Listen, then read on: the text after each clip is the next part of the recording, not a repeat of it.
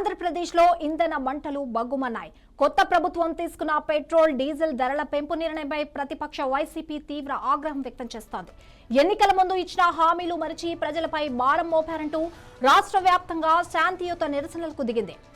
తిరుపతిలో నిరసన కార్యక్రమాలు ఉధృతంగా మారాయి. స్థానిక ఆర్ఓ కార్యక్రమం ఎదుట వైసీపీ శ్రేణులు పెద్ద ఎత్తున ధర్నా చేపట్టారు. ఈ ఆందోళనలో తిరుపతి నియోజకవర్గ ఇన్ఛార్జ్ భూమన అభినయ్ రెడ్డి, ఇతర కీలక నాయకులు పాల్గొన్నారు. ధరలు తగ్గిస్తామని హామీ ఇచ్చి అధికారంలోకి వచ్చిన కూటమి ప్రభుత్వం ఇప్పుడు ప్రజలను దారుణంగా మోసం చేసిందని అభినయ్ రెడ్డి ప్రభుత్వంపై విమర్శలు గుప్పించారు.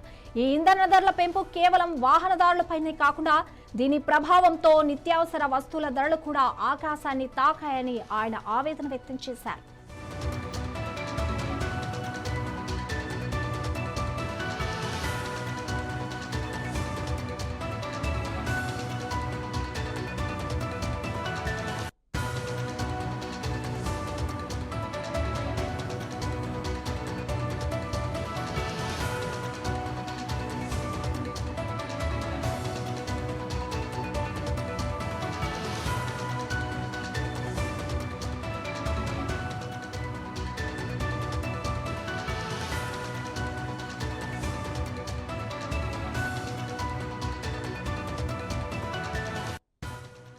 నారా లోకేష్ గారు ఆయన యువగళం పాదయాత్ర సందర్భంగా ఇతర రాష్ట్రాల్లో ఉన్నటువంటి డీజిల్, పెట్రోల్ ధరలను ఆంధ్ర రాష్ట్రంలో ఉన్నటువంటి ధరలతో కంపేర్ చేస్తూ సెల్ఫీలు తీసుకొని దాన్ని పెద్ద ఎత్తున ప్రచారం చేసి మేము అధికారంలోకి వచ్చిన వెంటనే వ్యాట్ ఏదైతే పెట్రోల్, డీజిల్ మీద వసూలు చేస్తున్నారో 50% తగ్గిస్తాము, పునఃసమీక్షిస్తాము అన్న మాటల్ని చెప్పారు. ఇప్పటివరకు అది జరగలేదు. మన రాష్ట్రంలో అత్యధికంగా పెట్రోల్ మీద 31% వ్యాట్ వసూలు చేస్తున్నారు, డీజిల్ మీద 22% వసూలు చేస్తున్నారు. అదనంగా లీటర్ పైన 4 రూపాయలు, దానిపైన మళ్ళీ ₹1 రోడ్ డెవలప్మెంట్ సెస్ కింద వసూలు చేస్తున్నారు. ఈ ధరలన్నీ వెరసి ప్రజల మీద విపరీతమైనటువంటి భారాన్ని మోపబోతున్నాయి. ఇంకా మనకు పెద్ద ఎత్తున సమాజంలో పుకార్లు చెలరేగుతున్నాయి. ఇంకా 10-12 రూపాయల ధరను పెంచబోతున్నారు పెట్రోల్, డీజిల్ మీద అని. అవే కానీ జరిగితే మొత్తంగా నిత్యావసర ధరల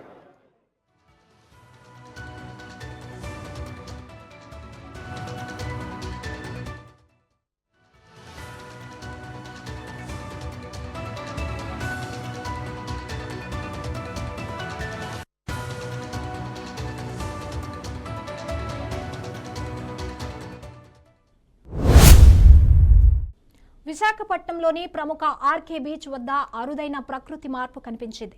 సముద్రం ఒక్కసారిగా సుమారు 800 అడుగుల మేర వెనక్కి వెళ్లడంతో స్థానికులు, పర్యాటకులకు ఆశ్చర్యానికి గురయ్యారు. 2 కిలోమీటర్ల మేర సముద్ర తీరంలో నీరు తగ్గిపోవడంతో సాధారణంగా అలలు ఎగిసే ప్రాంతం ఖాళీగా మారింది. ఆ అసాధారణ పరిస్థితిని గమనించిన అధికారులు వెంటనే అప్రమత్తమయ్యారు. భద్రతా కారణాల దృష్ట్యా పర్యాటకులకు సముద్ర తీరంలోకి వెళ్లకుండా ఆంక్షలు విధించారు. బీచ్ పరిసరాల్లో పోలీసులతో పాటు విపత్తు నిర్వహణ బృందాలు కూడా మోహరించాయి. సముద్రం వెనక్కి వెళ్లడం వెనుక అలల ప్రభావం, చంద్రగ్రహణ ఆకర్షణలు లేదా సముద్ర ఉపరితల మార్పులు కారణమై ఉండొచ్చని నిపుణులు భావిస్తున్నారు. అయితే ప్రజలు ఎలాంటి వదంతనలను నమ్మకుండా అధికారుల సూచనలు పాటించాలని హెచ్చరిస్తున్నారు. పర్యాటకులకు సెల్ఫీలు, వీడియోల కోసం సముద్రంలో లోతైన ప్రాంతాల వైపు వెళ్లొద్దని అధికారులు స్పష్టం చేశారు. పరిస్థితిని నిరంతరం పర్యవేక్షిస్తున్నామని, అవసరమైతే మరిన్ని భద్రతా చర్యలు తీసుకుంటామని వెల్లడించారు. ప్రస్తుతం ఆర్కే బీచ్ వద్ద భారీగా ప్రజలు చేరుకోవడంతో అధికారులు అప్రమత్తంగా వ్యవహరిస్తున్నారు.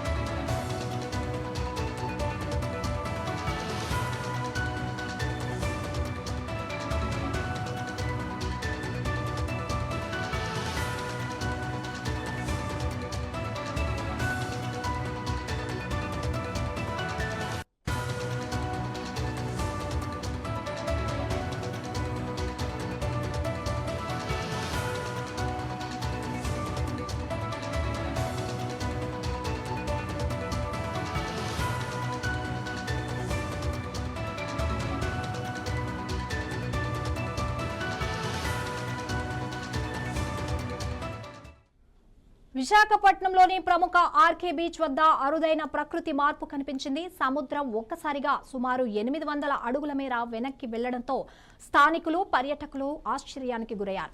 2 కిలోమీటర్ల మేర సముద్ర తీరంలో నీరు తగ్గిపోవడంతో సాధారణంగా అలలు ఎగసే ప్రాంతం ఖాళీగా మారింది. ఈ అసాధారణ పరిస్థితిని గమనించిన అధికారులు వెంటనే అప్రమత్తమయ్యారు. భద్రతా కారణాల దృష్ట్యా పర్యాటకులకు సముద్ర తీరంలోకి వెళ్లకుండా ఆంక్షలు విధించారు. బీచ్ పరిసరాల్లో పోలీసులతో పాటు విపత్తు నిర్వహణ బృందాలు కూడా మోహరించాయి. సముద్రం వెనక్కి వెళ్లడం వెనుక అలల ప్రభావం, చంద్రగ్రహణ ఆకర్షణలు లేదా సముద్ర ఉపరితల మార్పుల కారణమై ఉండొచ్చని నిపుణులు భావిస్తున్నారు. అయితే ప్రజలు ఎలాంటి వదంతులను నమ్మకుండా అధికారుల సూచనలు పాటించాలని హెచ్చరిస్తున్నారు. పర్యాటకులకు సెల్ఫీలు, వీడియోల కోసం సముద్రం లోతైన ప్రాంతాల వైపు వెళ్లొద్దని అధికారులు స్పష్టం చేశారు. పరిస్థితిని నిరంతరం పర్యవేక్షిస్తున్నామని, అవసరమైతే మరిన్ని భద్రతా చర్యలు తీసుకుంటామని వెల్లడించారు. ప్రస్తుతం ఆర్కే బీచ్ వద్ద భారీగా ప్రజలు చేరుకోవడంతో అధికారులు అప్రమత్తంగా వ్యవహరిస్తున్నారు.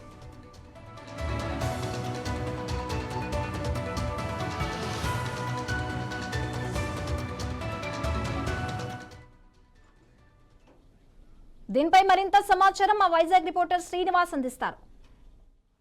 శ్రీనివాస్. థ్యాంక్ యూ సంగీత. విశాఖలో సముద్రం అల్లకల్లోలంగా ఉందని చెప్పుకోవచ్చు.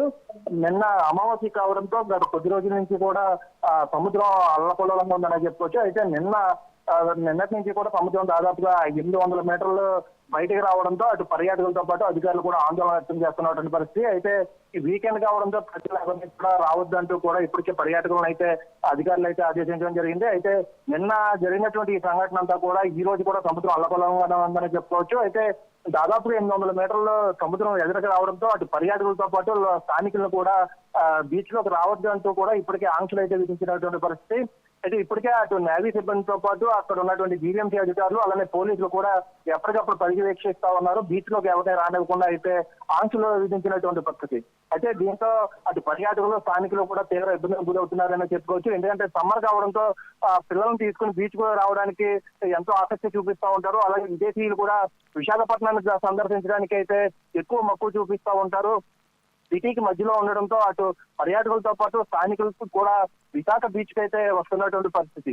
అయితే ఈ నేపథ్యంలో సముద్రం ముందుకు రావడంతో పర్యాటకులకి అలానే స్థానికులను కూడా రానివ్వకుండా పోలీసులు అయితే ఆంక్షలు విధించడంతో స్థానికులు అలాగే పర్యాటకులు కూడా కాస్త నిరాశలో ఉన్నారని చెప్పుకోవచ్చు. అయితే ఈ రానున్న 2 రోజులు కూడా సముద్రం అల్లకల్లోలంగా ఉంటుందని అటు వాతావరణ శాఖ కూడా హెచ్చరించడం జరిగింది. అయితే దీనికి ప్రధాన కారణం అమావాస్య కావడంతో సముద్రం ముందుకు వస్తుంది. అయితే దీని వల్ల పెద్ద ప్రమాదం ఏమీ లేదు, కానీ పర్యాటకులు ఎవరైనా బీచ్ లోకి దిగితే గలంతయ్యే అవకాశాలు ఎక్కువ ఉండడంతో అటు పర్యాటకులను కానీ స్థానికులను కానీ అటు పిల్లలను కూడా ఇక్కడ బీచ్ కి తీసుకురావద్దంటూ కూడా అధికారులు అయితే తెలియజేయడం జరిగింది. అయితే దీనికి సంబంధించి ఉన్నతాధికారులు ఎప్పటికప్పుడు చర్యలు చేపడతా ఉన్నారు. బీచ్ లో గస్తీ నిర్వహిస్తా ఉన్నారు. అలానే అక్కడ ఉన్నటువంటి స్థానికులు కూడా బీచ్ లో రానివ్వకుండా అయితే ఆంక్షలు అయితే విధించినటువంటి పరిస్థితి. అయితే రానున్న 2 రోజులు అలకూలంగా ఉండడంతో ప్రజలు కానీ స్థానికులు కానీ పర్యాటకులు కానీ సముద్రంలోకి దిగొద్దు అంటూ కూడా ఆంక్షలు విధించారు. సంగీత. Thank you Srinivas.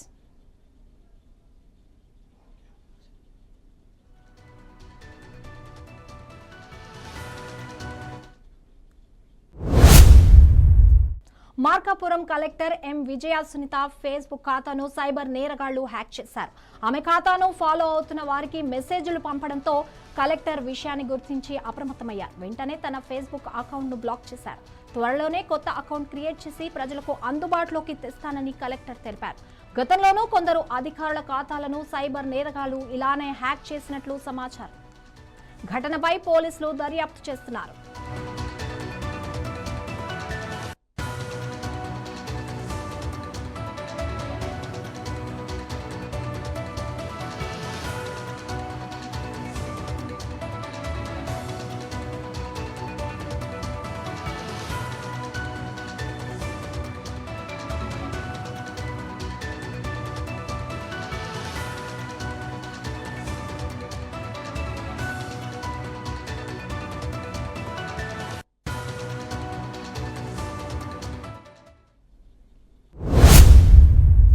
ఒక్కొక్క జిల్లాలో అధికార పార్టీని ప్రోటోకాల్ చిచ్చు తీవ్రంగా దెబ్బతీస్తోంది.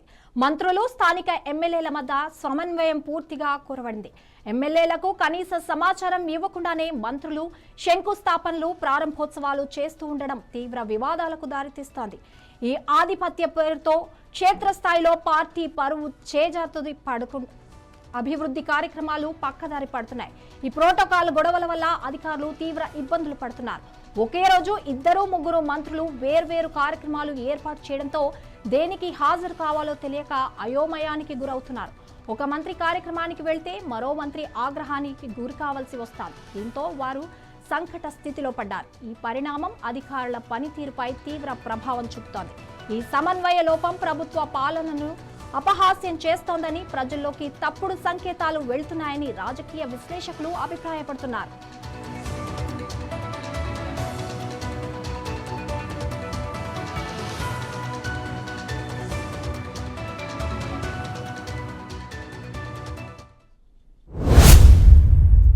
ఐబొమ్మ బప్పం టీవీ వెబ్సైట్ వ్యవహారంలో సంచలన నిజాలు వెలుగులోకి వస్తున్నాయి. టాలీవుడ్ ను పైరసీ భూతం మళ్లీ వెంటాడుతోంది. 1 కాదు 2 కాదు, ఏకంగా 120 మిర్రర్ సైట్లతో ఐబొమ్మ మళ్లీ ప్రత్యక్షం కావడం ఇప్పుడు టాలీవుడ్ ఇండస్ట్రీలో కలకలం రేపింది. దీని వెనుక ఆన్లైన్ బెట్టింగ్ ముఠాలు, విదేశాల నుండి వీటిని యాక్టివ్ చేసినట్లు పోలీసు అధికారులు అనుమానిస్తున్నారు. గతంలో హైదరాబాద్ పోలీసులు అరెస్ట్ చేసిన ఐబొమ్మ ప్రధాన నిర్వాహకుడు ఇమ్మడి రవి ప్రస్తుతం బెయిల్ పై ఉన్నాడు. అయితే మళ్లీ ఐబొమ్మ యాక్టివ్ కావడంపై పోలీసులు రవిని ప్రశ్నించగా ఇందులో తనకు ఎలాంటి పాత్ర లేదని స్పష్టం చేసినట్లు తెలుస్తోంది. పోలీసుల హెచ్చరికలతో తాను ఎప్పుడో తప్పుకున్నానని, తన పేరు వాడుకొని వేరే వాళ్లు ఈ నెట్వర్క్ నడుపుతున్నారని రవి వివరించినట్లు సమాచారం. దీంతో సైబర్ సెక్యూరిటీ బ్యూరో అధికారులు రంగంలోకి దిగారు.